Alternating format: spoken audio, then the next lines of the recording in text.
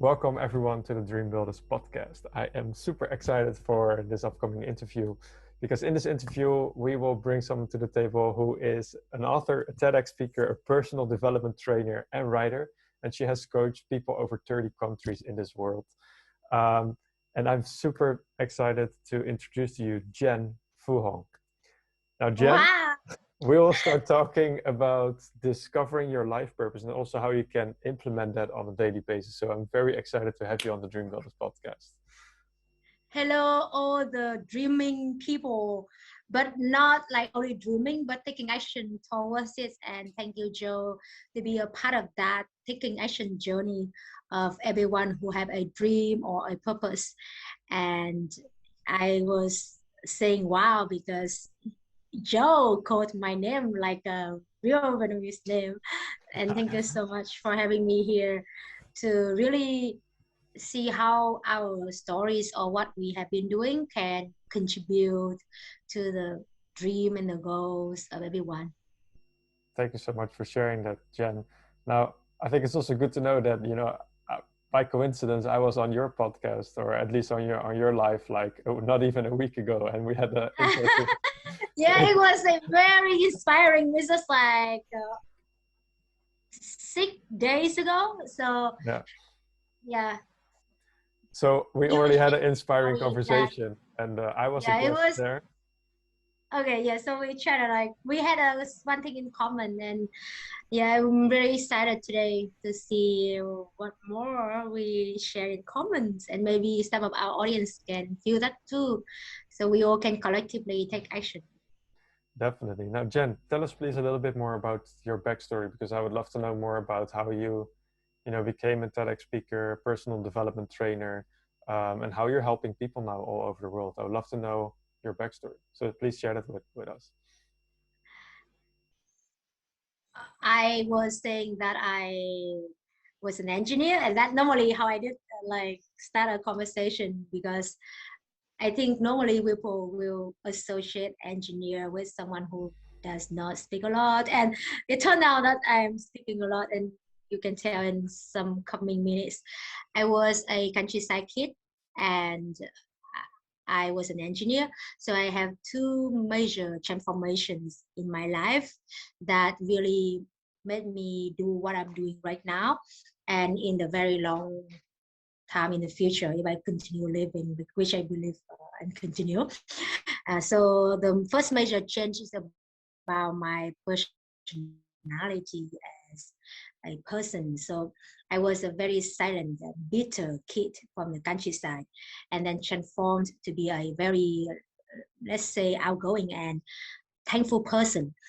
The reason I was very silent and bitter because I was born in the countryside where normally people would go to school and get married and have a vast load of kids.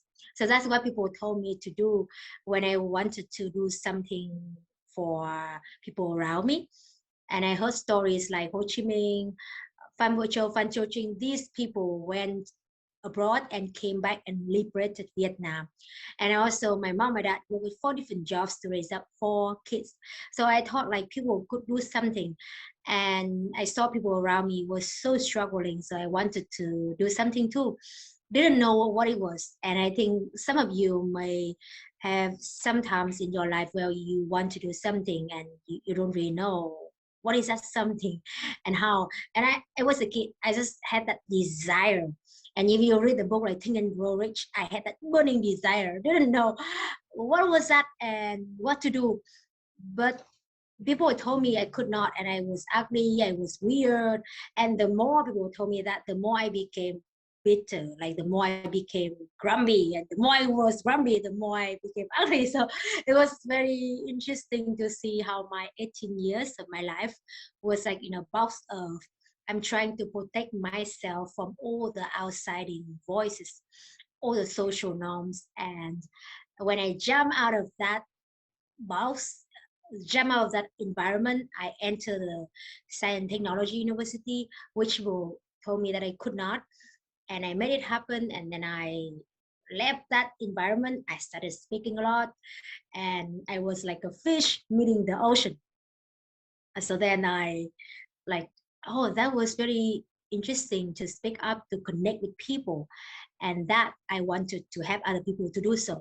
So I started involving in personal development, like consciously, and going to places where I could learn to be more confident. I could communicate with people, speaking and exchanging knowledge. So that led me to set up a kind of community-based business with my friend when I was last year student. And that where I started changing the second big change in my life, which is about my career. So I was a bitter, silent kid, became like outspoken person, and felt thankful for just being alive and being able to choose what I want to do when I left my hometown. So then I wanted to help other people to do so. And we set up that first community-based business. We use our engineering money, full-time work to rent the room and ask experts. For example, if I knew Joe that time, I would invite him to share with other people. And I and my friend did it for 1 year, spending money, spending time, energy, and passion. And we didn't get paid, even we could spend our money, but we felt meaningful. And I could not explain that I could have that feeling when I saw people stand up and they could spark their eyes and speak up. It was like me from that box to be able to get out, and that made me feel alive. And I think Joe shared his story last time about how did he also identify his passion doing what he's doing. And that was a time where I felt like I knew that I wanted to do. And then, but I still work as an engineer almost 5 years for two companies, Samsung and Dell. And later on, I got inspired by another friend, and I think that where Joe has shared his story of his artist friend left her job, and I also got inspired by a manager in technology company left his job to paint, even he didn't learn about painting before. So I was thinking like that passion and keep doing it so well, and one day it will generate also finance. So two major changes to really make me doing what I'm doing now. And that is only like kind of like almost 5 minutes or 7 minutes. Wow, wow, So wow, Joe, come on in.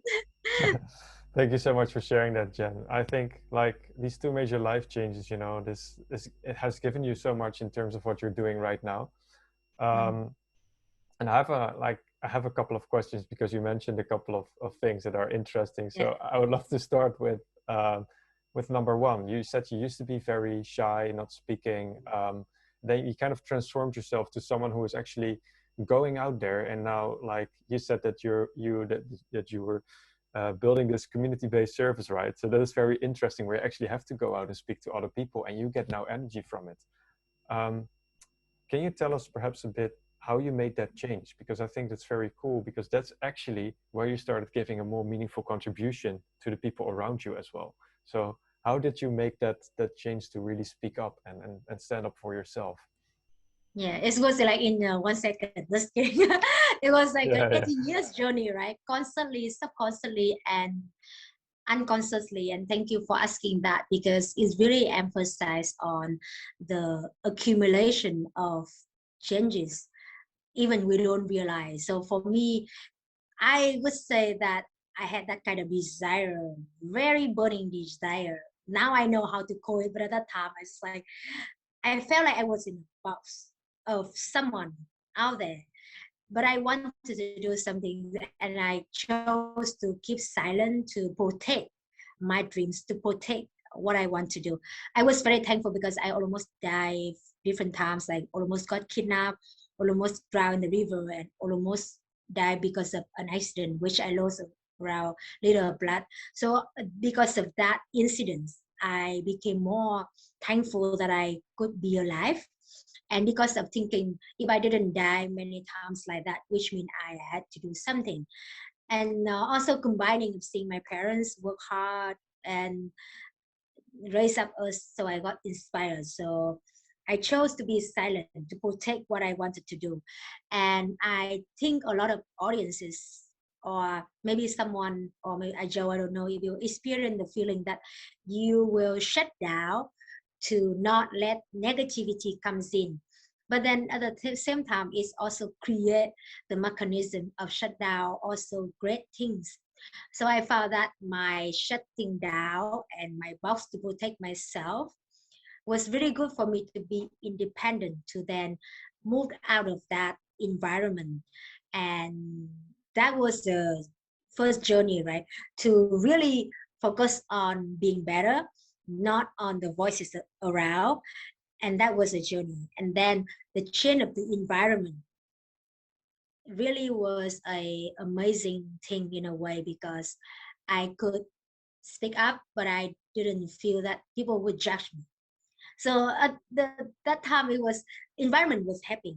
Before that, it was a determination, a belief in what you want to do, and having that kind of very strong reason doing it, and then going to the environment where at least it does not hurt you, or it does not like make you feel the negative, because nobody knew me at that time.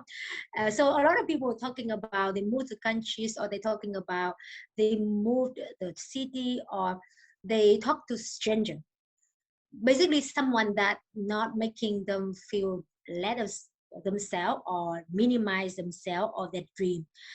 But I believe that at the end it's still going to be the inside, it has to be very strong.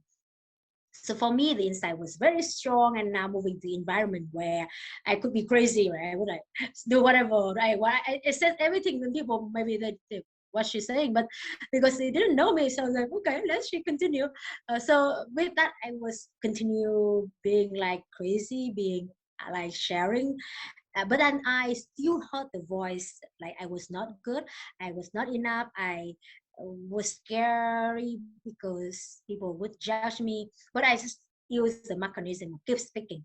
So at the beginning of that journey, when I started speaking, because I didn't know people around me much, so I just kept speaking. But then I also heard the little voices that I was not good enough.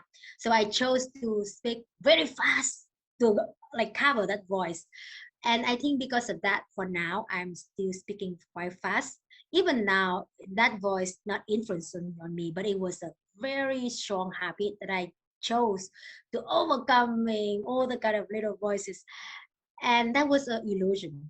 So later on, I started getting to public speaking club and having people like mentors.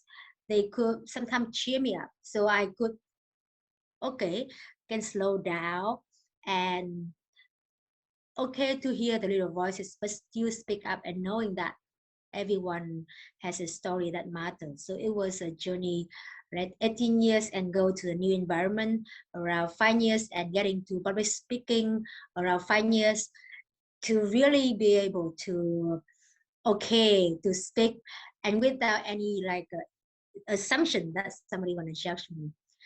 Yeah, it was a journey. But then I would say the environment with people who support your dreams and nurture your dream can make that process very effective. Ultimately, still you're gonna be the one who believe in you, but then these factors gonna nurture that belief and realize it in the result in the outside. Yep. Wow, Jen, I think you mentioned a couple of very interesting things there, because you know, like what I hear from your journey is putting yourself out there into a new environment has also been like very significant for me. It was also kind of like a sliding doors open like moment for me, because when I was working in corporate, I didn't meet the kind of people that were, kind of building their dreams and really following their mission and living their Mm, purpose. And for me, it was so important to be part of communities like that who were already doing this kind of stuff. So hearing you speak about it in such a relevant way for yourself is also very, that resonates very much with me. And then also the fact that you mentioned that you have mentors and that you are improving your speaking skills by doing courses and by going to workshops and so on. I think that's also very, very cool. Now, I would love to know, because you have a purpose right now for sure, right? You are serving people, you're lifting people up on a daily basis. Um, do you perhaps have any uh, like tools, advices, or recommendations for people on how they can actually find out what their purpose is? Thank you so much. And I would like to say that is exactly the reason why we having this podcast, because you are building that community to support for people's dreams and nurture it. So I just started reinforcing on the power of community as you mentioned. And that is, I think, also one of the reasons why you are doing it. So thank you for doing it, because anytime we talk about it, it's like one time we water that purpose seeds or that dreams seeds or that action seeds. So that's great. For example, talking to you today, I kind of like revisiting my purpose and passion and what matters to me the most. And I would say I have that kind of realization on purpose. And I would like to use this sentence. I heard it first from way Dyer, so I would like to kind of give credit to him. Maybe it's already like a long time ago or from somebody, but I felt resonated when I heard there is no purpose, but purpose is the way. And I just found that, wow. So at the beginning I went, what is that?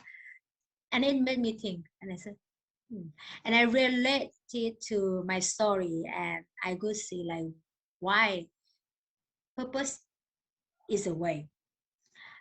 I remember that I started my first journey of writing and speaking, and I had my first book around 2015 when I was in Malaysia, and I had my second engineering job for their partner, and I quit the job and I went bankrupt, and I was depressed, and I even didn't want to leave, and I almost like felt like I wanted to just with my life. And it was very interesting because at the time I quit my job and I didn't see the results of my new career after only 1 or 2 years following that. So it was not making sense. But at that time, it's, when you felt bad and you just like imagined all the bad things. So at that time, I thought, like, oh my God, I changed my career. I didn't see the results, and oh my God, maybe it was not for me. So I don't know anyone here sometimes doubted about yourself when you first started or not.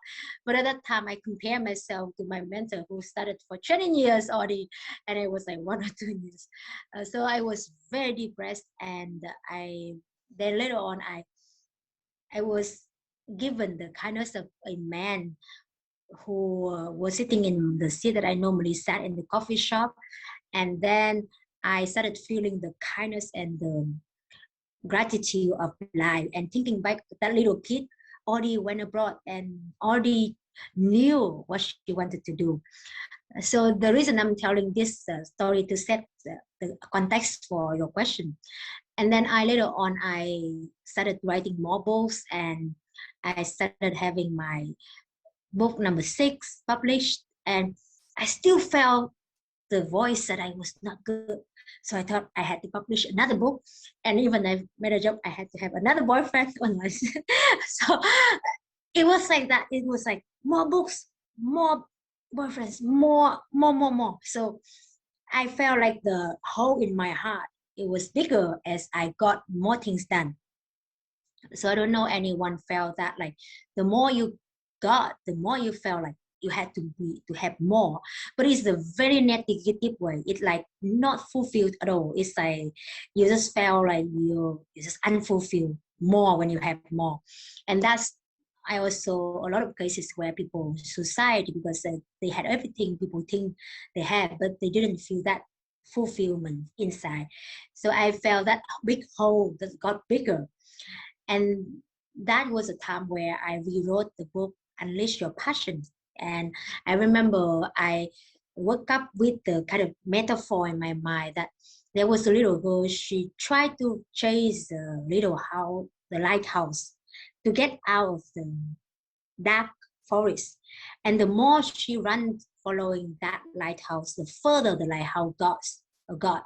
So the more she kept running, the more she felt that further. So she even felt even more lost. And suddenly there was an old man that's stuck in a hole on the way she was running to chase the lighthouse. And she stopped to help him out. But then he said, "No, I am not trapped. I just play with the hole." And as he said, he could get out of that easily. And where the little girl like stopped and paused and helped the man, she started feeling the lighthouse was there. And that's metaphor or that story really reflecting my deep down of always feeling not enough. And that's why I said, like, I was thinking I had a purpose. I would have people to writing, speaking, but I didn't feel the fulfillment because I always think that is one day. One day when I get one more book, one day when I talk to Joe one more time, I will be like that. So it was like one day, one day. But then it seemed like that one day further. And that was where I knew purpose is a way. It's like every one of us is already on that way of purpose, of being ourselves better every day, giving that value to someone by what we do. And the great case is that by what we think is our passion in the long run. But the idea like we are on that purpose way already. It's not like that one day. So that's why I will say that that sentence really kind of align with what I believe that every one of us should take purpose as something is our way, at least by knowing purpose of every day is to just be better and more valuable person. It's better about self, better of the core values, and better as a person to people around us. And with that, we will get more clear on our own self, and we will get clear on what people like call a purpose regarding the life mission or the career mission. But it has to really start from the purpose of we are already here on the way every day. The purpose is to be the better of us, the better of the values. So yeah. Thank you. I'm sharing like beyond the time. Very well, Jen. I love it. Thank you. So you say like, okay, we have like living your purpose. We have to be, better people every day, right? Bring out more value, and then eventually you will also start noticing that you can start falling into your purpose and really living your mission. Now, if we're going there, so if you have found your purpose, what are some very practical tips for people to, let's say, implement that, as you said as well, on a daily basis? Because I think that's where it's all about. It's not like you find your purpose and then you don't do anything with it. How can people use it on a daily basis? Thank you. So I kind of like getting reinforcement on that purpose. I could call a daily purpose that every one of us, I would really argue that is to be a better version of ourselves and feel thankful for ourselves as a person to be alive.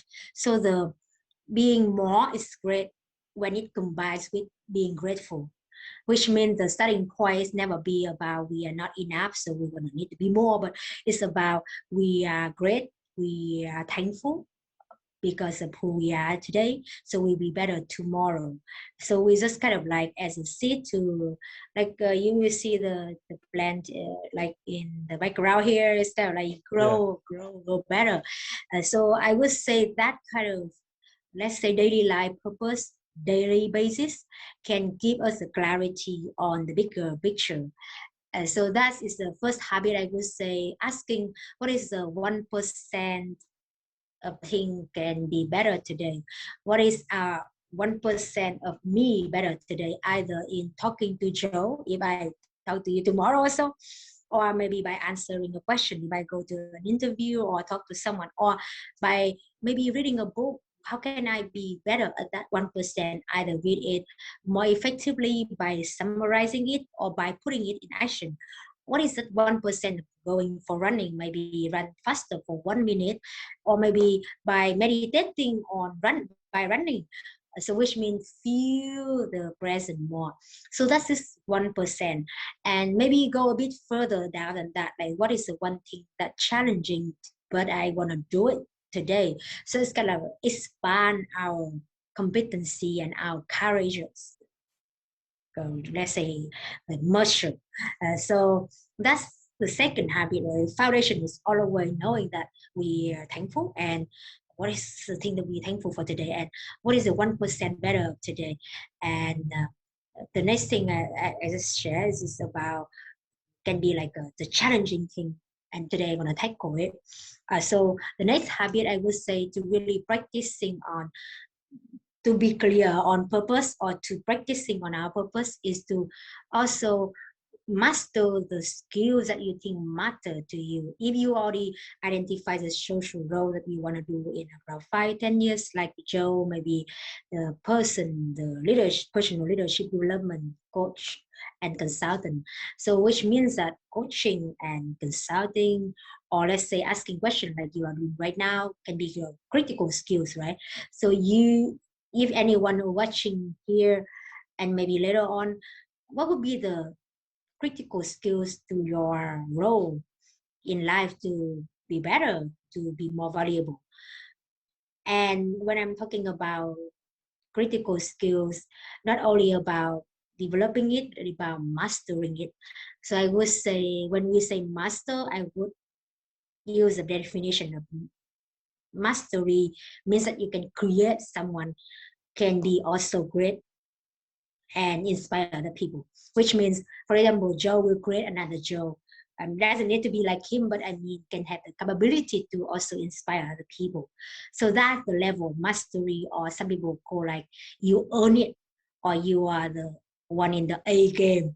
So I think that would really make the difference in how you see yourself and how you work with other people, because you go to that very deep level of mastery and people development, skill development, and values. So the next thing I would say, like how many? Maybe I'm gonna say that is number 4. It's about like community around us, right? As Joe said, and I think I'm gonna end it here, because the community, or a lot of people use the word like 5 people around you create you. And I was not really liking this kind of question, like I would say course, but it's so true that when I was an engineer, I was surrounded myself with a lot of engineers, and if I didn't go to the community of people speaking, I could see myself still like very silent and shy engineers. And when I started my career as a consultant and coach, if I kept being around myself with people speaking, but they're not doing the coaching and consulting, then I'm still speaking. So I now know that I had to always create the communities with the people who want to do the same, or maybe the people who already achieve very great things in what they do. Otherwise, I'm going to fall back to some kind of very different identities that not align with the purpose.